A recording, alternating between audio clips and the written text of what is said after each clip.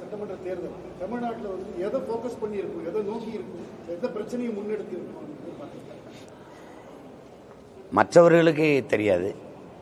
நாங்கள் வந்து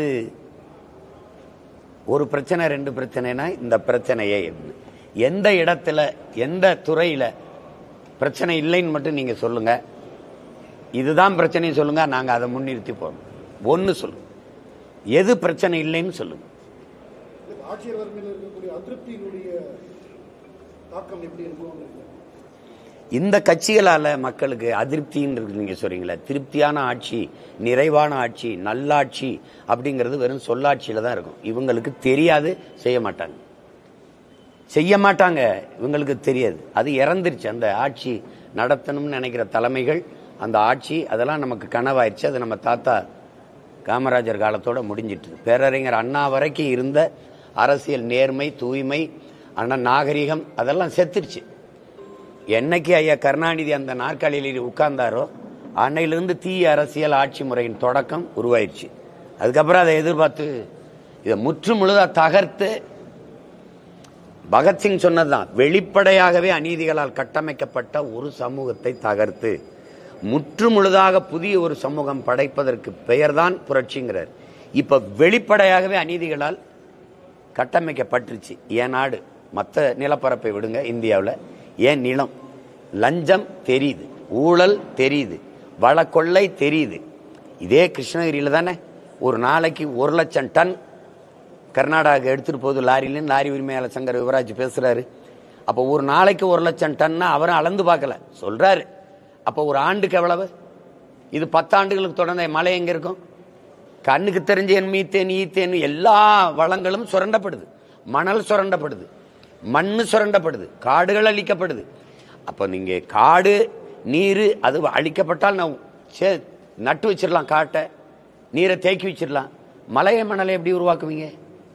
கண்ணுக்கு தெரிஞ்சு எல்லா நீதி. வாக்குக்கு காசு கொடுக்கறது சரியான முறைன்னு நீங்க நினைக்கிறீங்களா? ஜனநாயகத்தில், மக்களாட்சியில் மக்களுக்கு இருக்கிற கடைசி கருவி அது ஒண்ணுதான். கடைசி மதிப்புமிக்க உரிமை அதுதான். அதான் அண்ணல் அம்பேத்கர் சொல்றாரு, மதிப்புமிக்க நம் உரிமைகளை சில ரொட்டி துண்டுகளுக்காக விற்பது அவமானகரமானதுங்கிறார். அந்த மதிப்புமிக்க உரிமையை விலை கொடுத்து வாங்குற ஒரு முறை எப்படி ஜனநாயகமா இருக்கும்? ஒரு முதலாளி காசு கொடுத்து வாக்கை வாங்கிட்டான்னா லாப தேவை இருக்குமா முதலாளிக்கு? அந்த மக்களுக்கு சேவை செய்யணுங்கிற என்ன இருக்குமா? அப்ப இந்த அமைப்பே தப்பா இருக்கு. அப்ப எல்லா இடங்களுமே அநீதி. பள்ளிக்கூடத்துக்கு பிள்ளை அனுப்ப முடியாது, அது ஒரு பையன் தொந்தரவு பண்ணல, வாத்தியாரே தொந்தரவு பண்றாரு. தானியில பயணம் பண்ண முடியாது, தொடர் வண்டியில பயணம் பண்ண முடியாது, கல்லூரிக்கு போக முடியாது, பல்கலைக்கழக வளாகத்தில் படிக்க முடியாது. எல்லாமே பிரச்சனை. நாடே எப்படி சொல்றது, வளங்கள் நிறைந்த நிலம், நீதி, அறம் இதெல்லாம் சார்ந்து வாழ்ந்த ஒரு நிலம் போதை நிறைந்த நிலமா மாறிடுச்சு. எங்க போதை இல்லை? மது கடைகள்ல மட்டும் இல்ல, வழிபாட்டு தலங்களின் வாசல்கள்ல, வளாகங்கள்ல, பள்ளி கல்லூரிகள் வளாகங்கள்ல, அது தின்பண்டம் மிட்டாய் வடிவத்தில், இனிப்பு வடிவத்தில், என்ன சொல்றது, கஞ்சா சாக்லேட் விற்குது. என்னுடைய சகோதரர்கள், என்னுடைய உறவினர்கள், என்னுடைய தம்பி தங்கைகள்லாம் அதில் வேலை பார்க்குற பிள்ளைகள், பள்ளிக்கூட ஆசிரியர்களா எல்லா பிள்ளைகளும் இந்த கஞ்சா, இந்த போதை இனிப்பு, இந்த மிட்டாயை சாப்பிட்டுட்டு வருதுங்க. பெற்றோர்கிட்டே நம்ம புகார் அளிக்க முடியல, கண்டிச்சா என் பிள்ளைய நீ எது கண்டிக்கிறான்னு கேட்குறாங்க. அவங்க இப்போ இது எப்படி சரி பண்ணுறதுன்னு நம்மக்கிட்ட முறையிடும்போது ரொம்ப கஷ்டமாக இருக்குது.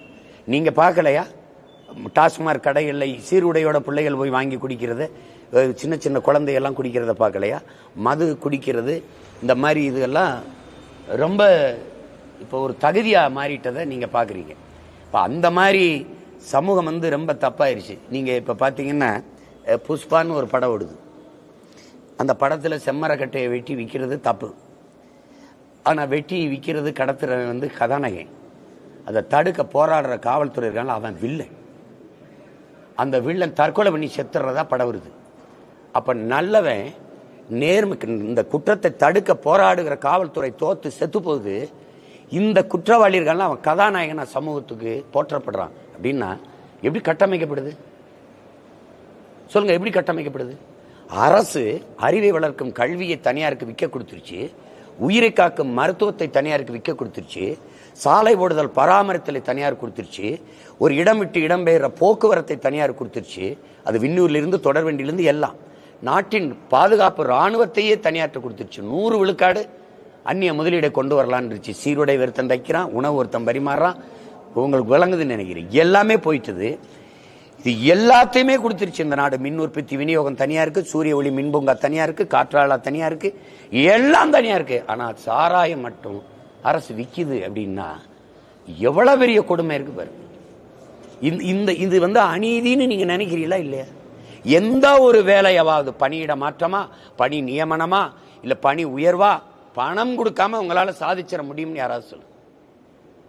நேர்மை. கோயில் கருவறையில இருந்து கல்லறை வரைக்கும் காசு இருக்கு. நீங்க சிறப்பு தரிசனம் வேணுமா காசு கொடுக்கணும், நீங்க பிரசவ அறையா காசு கொடுக்கணும். அப்ப எல்லாமே பணம் பணம் பணம்னு. இது எப்படி சொல்றது, சகிக்க முடியாத ஒரு அநீதி. இதத்தான் பகத்சிங் சொல்றான். விடுதலை இந்தியாவில் இல்ல, அடிமை இந்தியாவில் சொல்றான்.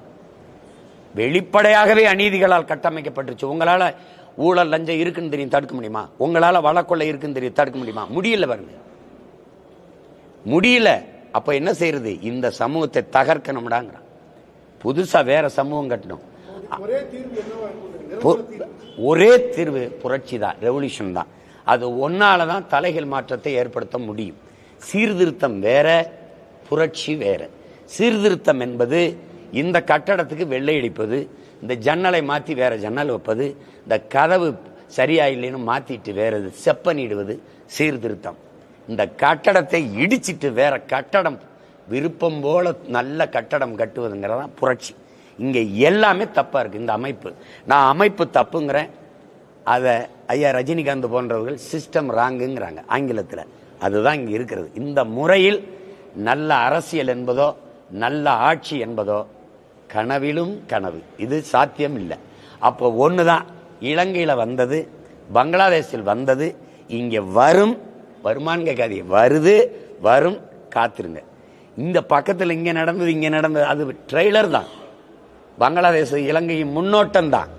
ஆனா மெயின் பிக்சர் இருக்குல்ல, அது இங்கதான் ஆரம்பிக்க போகுது. ஏன்னா அது ஒரு மாநில அளவு தான், அது ஒரு மாநில அளவு தான். இது 29 நாடுகள். என்ன ஆகும்னு பாருங்க.